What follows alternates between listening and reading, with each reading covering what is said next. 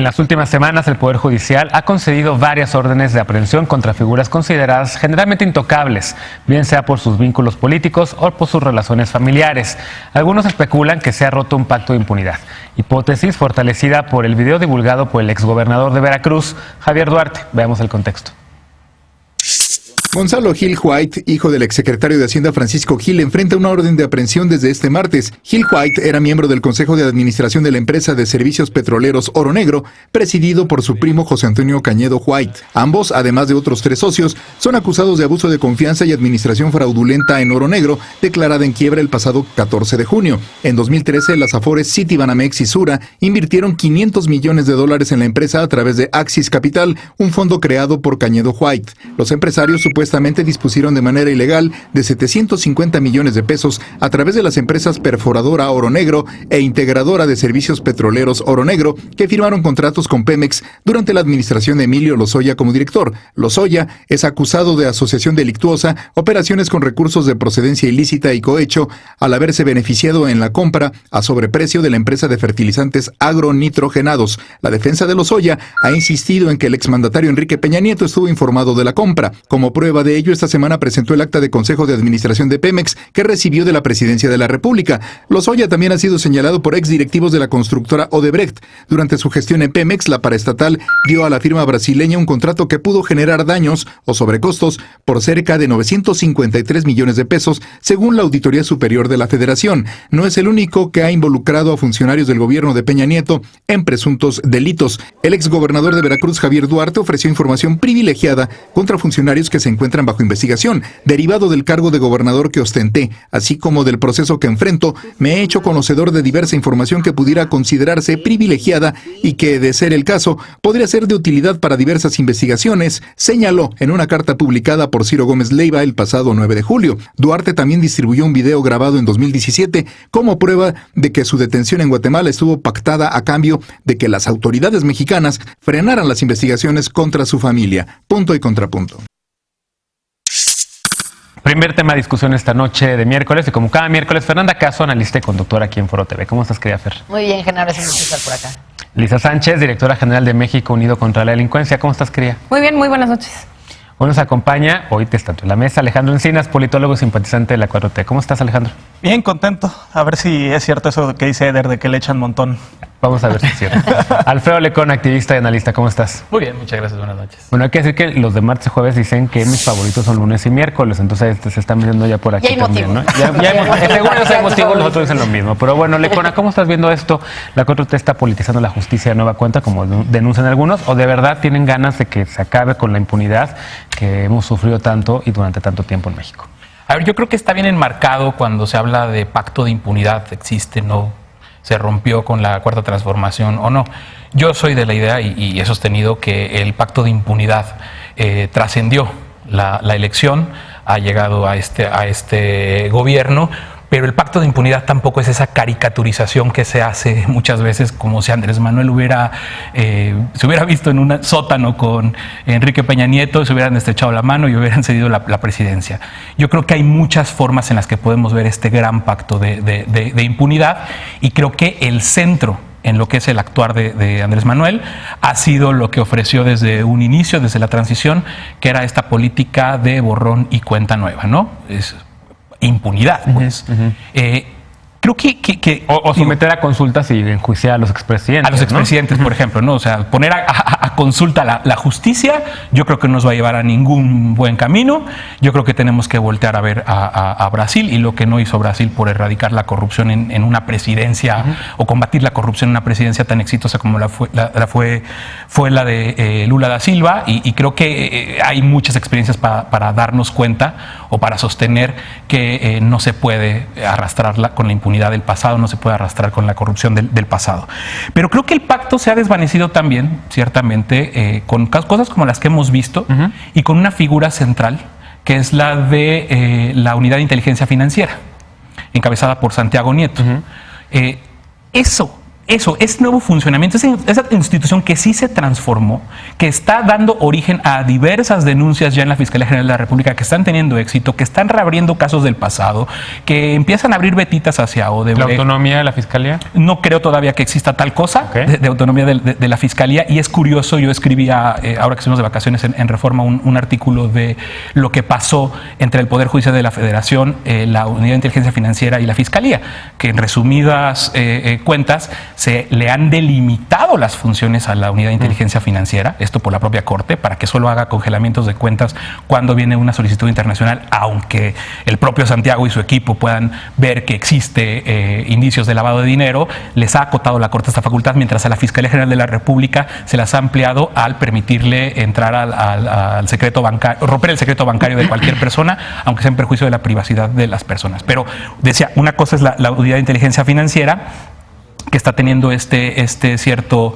éxito. Otra cosa es lo que está pasando con la Fiscalía General de la República, y el elemento que ha roto el cascarón o que está rompiendo el pacto, que está provocando que el pacto no se rompe, es el cinismo con el que Enrique Peña Nieto aparece en las bodas, aparece bailando, aparece regalándole flores a la novia. Yo creo que si existía tal pacto de impunidad era, oye, nomás no estés tentando al diablo, y creo que Peña Nieto está bailando con el diablo del imperio. Sí, a mí justamente me llama la atención la forma en la que se ha conducido el expresidente Peña Nieto cuando está en el centro de todos los escándalos que se están investigando, ¿no? Está en el centro de Odebrecht, en el centro de las investigaciones alrededor de Pemex. Prácticamente todas las detenciones de políticos recientes han estado relacionadas o de alguna forma lo vincularían a él, ¿no? Hablamos de Javier Duarte, pero también hablaríamos en su caso de César Duarte, hablaríamos de Emilio Lozoya, de Alonso Ancira, ¿no? De una serie de personajes que todos conducen a investigaciones que se dirigen a él, ya sea por actos en su campaña o durante su gestión como presidente de la República.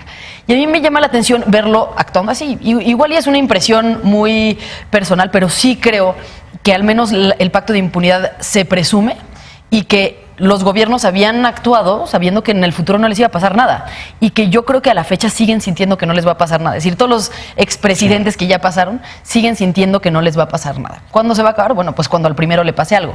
Me gusta que no esté todavía en la cárcel antes de que haya una investigación seria. Yo creo que la Fiscalía y la Unidad de Inteligencia Financiera han hecho bien en ir paso a paso. No como con el Bester Gordillo. No como con el Bester Gordillo, que simplemente por meter a alguien a la cárcel sin ningún fundamento, sin tener una carpeta de investigación bien armada, pues fueron tras ella. Creo que en este caso lo están armando bien, están yendo primero por piezas claves que puedan dar más información sobre otros implicados, y además en colaboración con autoridades internacionales que también están abordando estos casos. Entonces, a mí me gusta ver que las cosas se están haciendo con tiempo, que están haciendo investigación antes de llegar con los presuntos implicados, y que están llegando ya con algo sólido antes de la detención, ¿no? Que no nada más son estos rumores a voces que todo el mundo dice, es que fulanito es corrupto y entonces vamos tras él.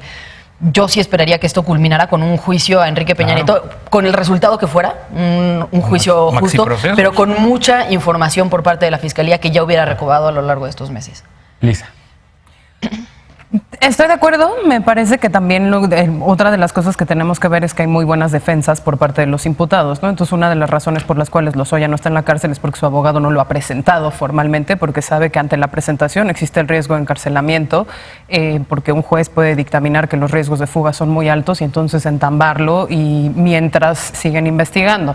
Lo mismo pasa, por ejemplo, ¿no? Sí, sin duda. A ver, o sea, por eso, digamos, empezamos diciendo que estamos de acuerdo. Lo mismo pasaba y me impactaban muchísimo las declaraciones del abogado de Duarte, ¿no? Del que fue su abogado y que hoy sale a la televisión diciendo parte del pacto es que yo me bajara de la defensa, y entonces lo que estamos viendo es un proceso de extorsión a Javier Duarte, ¿no? Hay demasiadas seguridades del lado de la defensa y eso es lo que me empieza a incomodar, ¿no? Porque al final del día, bueno, él decía, no es su detención no fue obra de la inteligencia o de la investigación, sino fue una geolocalización que él mismo dio.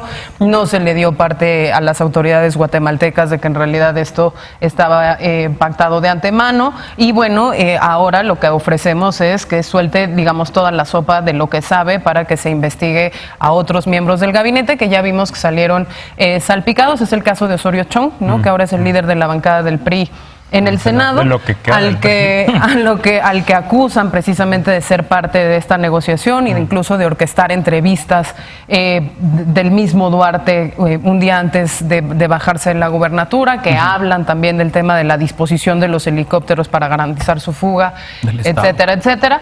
Es interesante. Yo quisiera, y como segundo punto, nada más concentrarme en cuál es el impacto de todos estos casos, porque creo que justamente una de las situaciones que no se quiso debatir en esta mesa, que es el plan de rescate de Pemex, no tiene que ver precisamente con todas estas. Vamos a aclararle a la gente qué significa eso. Tuvimos una discusión Lecona me ganó.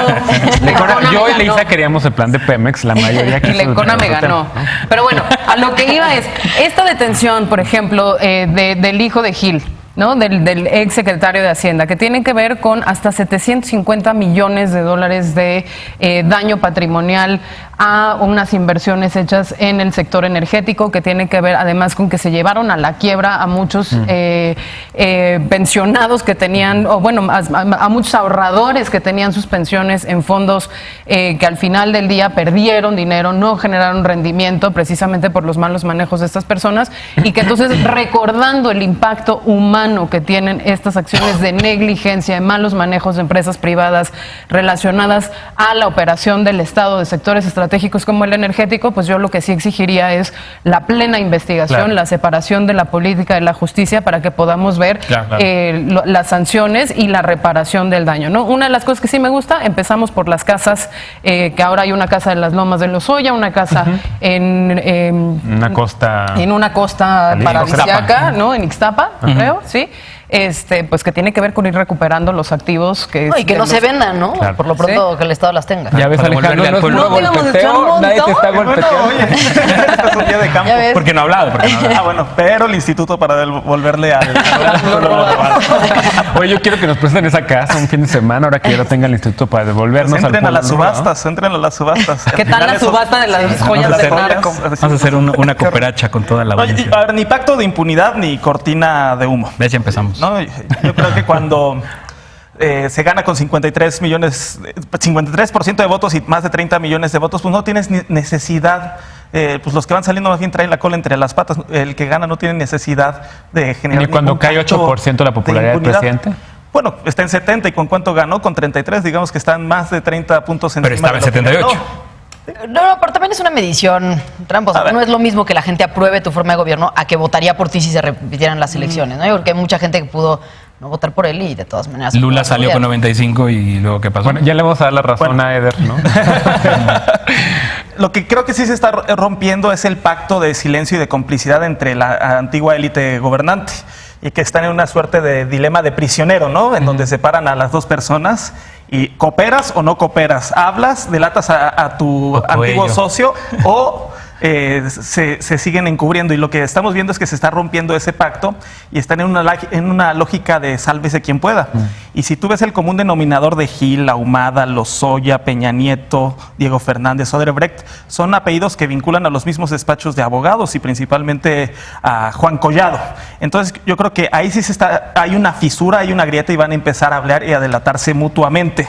En donde sí hay que romper el pacto de impunidades en el Poder Judicial, porque todavía existen jueces, y esto es un tema que se tiene que hablar, que están concediendo amparos a delincuentes de cuello blanco o incluso torturadores. Veamos el caso de Ayotzinapa, en donde se detectó que Carlos Gómez Arrieta, quien fuera además subsecretario de Seguridad Pública en Michoacán, y que se acredita después de la divulgación del video que fue el torturador por reconocimientos biométricos y de voz, que fue el torturador en este caso para, pues usando una pésima práctica inhumana, lesiva.